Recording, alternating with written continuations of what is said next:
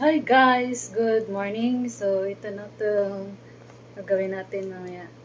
Fruits. Ito naman nakapaypay na. Ito wala. Ito yung kakainin ni Lola. Ay, ni Tati pala. So, ito kay Lola. Tsaka yung isang anak niya na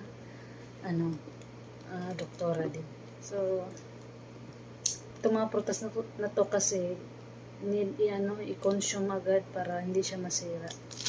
So, sa atin to mahal na mahal to, di ba? I mean, sobrang mahal nito, di ba? Kaya mahirap tayong kakain ng ganito. Di ba? Ano to Japanese green grapes. At saka ito. Ano ko kung anong English nito, kalimutan ko. Kaya need natin i-consume yan. So, salamat po sa pag-watch and please like, comment, and share. Thank you so much. So guys, ito na guys yung ating fruits o plates. Ayan. Ito yung kay Ama. Ayan. At ito naman kay Tache. Ayan. Hiwalay ko kasi hindi ito nakapaypay. Kaya ito ng mga tradition dito pag ay kumain ng mga pinaypay. Hihiwalay talaga, no?